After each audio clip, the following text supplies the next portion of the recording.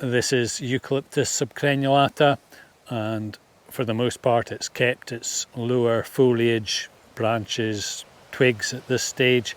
It's a couple of years old, so quite phenomenal growth rate for 2 years. I planted this subcrenulata primarily as screening to give me a bit of privacy so that people passing along the road there didn't see straight into my polytunnel and garden, and in that regard it's been fabulous. It's also been fabulously wind resilient and very frost tolerant. This is the first gunny eye hedge that I planted here at Clonsnachta. The first one I planted was, as in the inset picture there, in a small garden in the townhouse I used to stay in Edinburgh, Scotland. And the picture is from summer 2015, and I think I actually planted it possibly as early as 2005, so at that stage it was around 10 years old. And I clipped off the top and the sides, and it did keep the majority of its lower foliage, though like this one it did lose quite a lot of the lower foliage. I have been pruning these back, this gunny eye hedge back, though my strategy has changed slightly.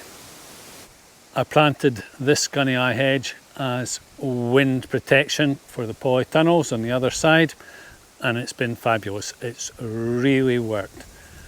Hopefully a gust of wind will be along soon and you can see just how effective it is. Anyway, when I planted the gunny eye hedge at the townhouse in Edinburgh, within a couple of years of planting it, I'd more or less decided that if I did it again, then my strategy would be, after a couple of years, cut it right back to about 20 centimetres and let it grow from there. So that's what I did with this gunny eye hedge, and for the most part it worked out successfully, though as I say I'm changing my strategy now. I was a bit unfortunate with a cold, unseasonably cold summer gale which burnt off some of the tender new shoots when it was starting to sprout back. But generally speaking it is sprouting back, and it's still sprouting from lower down.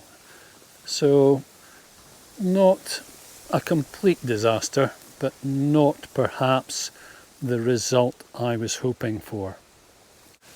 Again, with wind protection in mind for my nursery stock in this area, I planted Parvula, Arnagera, Glossines and Pulverulenta, and they've all been great. Like the gunny eye though, they really just want to grow.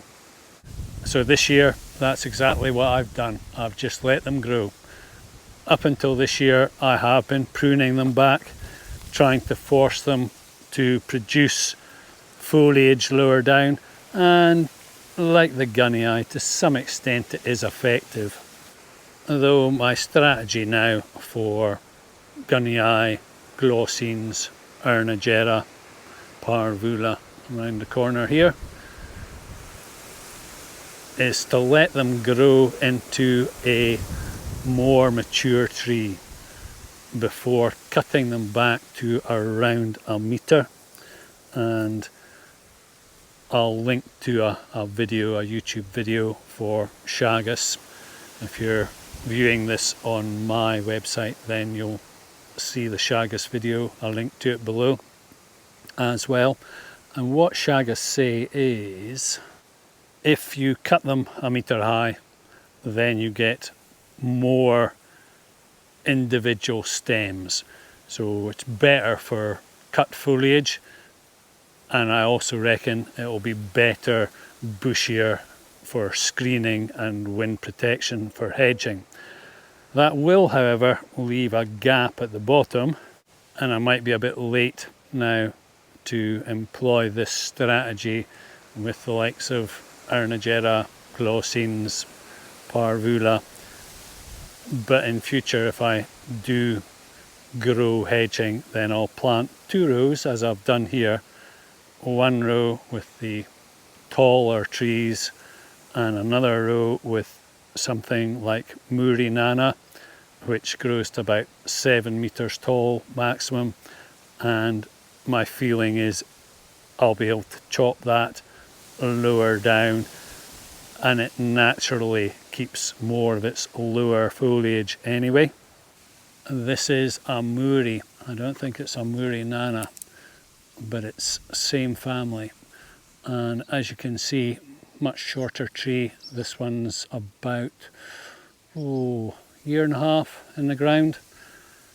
Quite happy with the frosts at the end of 2022 there, but the main attraction for me so far as hedging is it's keeping its lower foliage.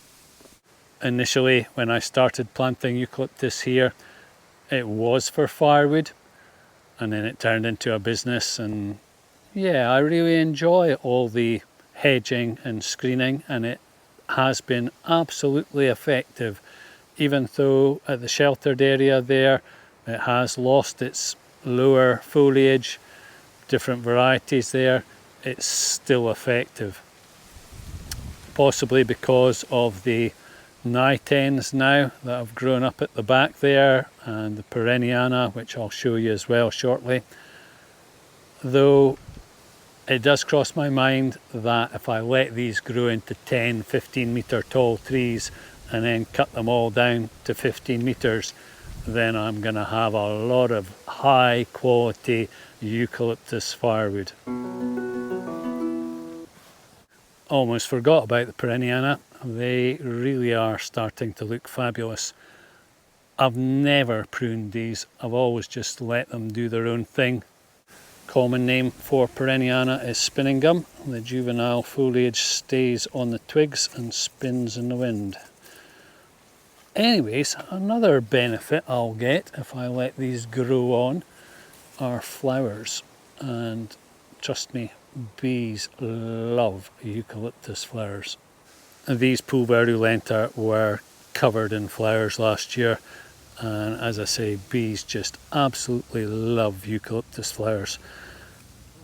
These were pretty straggly. The common name for pulverulenta is straggly gum, and if you look back through the blog, I cut these back. Some of them were just, it was very obvious that some of these would have just one severe gale during the winter and they'd have been down, so I cut them back. As you can see, they're now sprouting. Some of these are erupting with new growth, just fabulous. They didn't do too well in the frosts, or I didn't think they did too well in the frosts, but as you can see, those that I cut back from the frosts are now sprouting vigorously. Fabulous new growth on them. So this one I just cut back, and it does have a couple of new buds, a few new buds on it. GoPro doesn't do too well close up, so I'll take photos of these. Perhaps you can see that one just there, but all of these that I cut back are now sprouting. So I am still very much in favour of growing eucalyptus as hedging, screening, wind protection and shelter, though my strategy's changed slightly. Instead of cutting them right back to ground level, I'll be cutting them all around about a metre, maybe even 1.5 metres for the first cut. Wait another 3 to 5 years till they grow and replenish all the reserves of energy in their roots. Then maybe cut them back perhaps 50 centimetres or so, maybe a metre, but certainly I'm not going to be stooling them right down.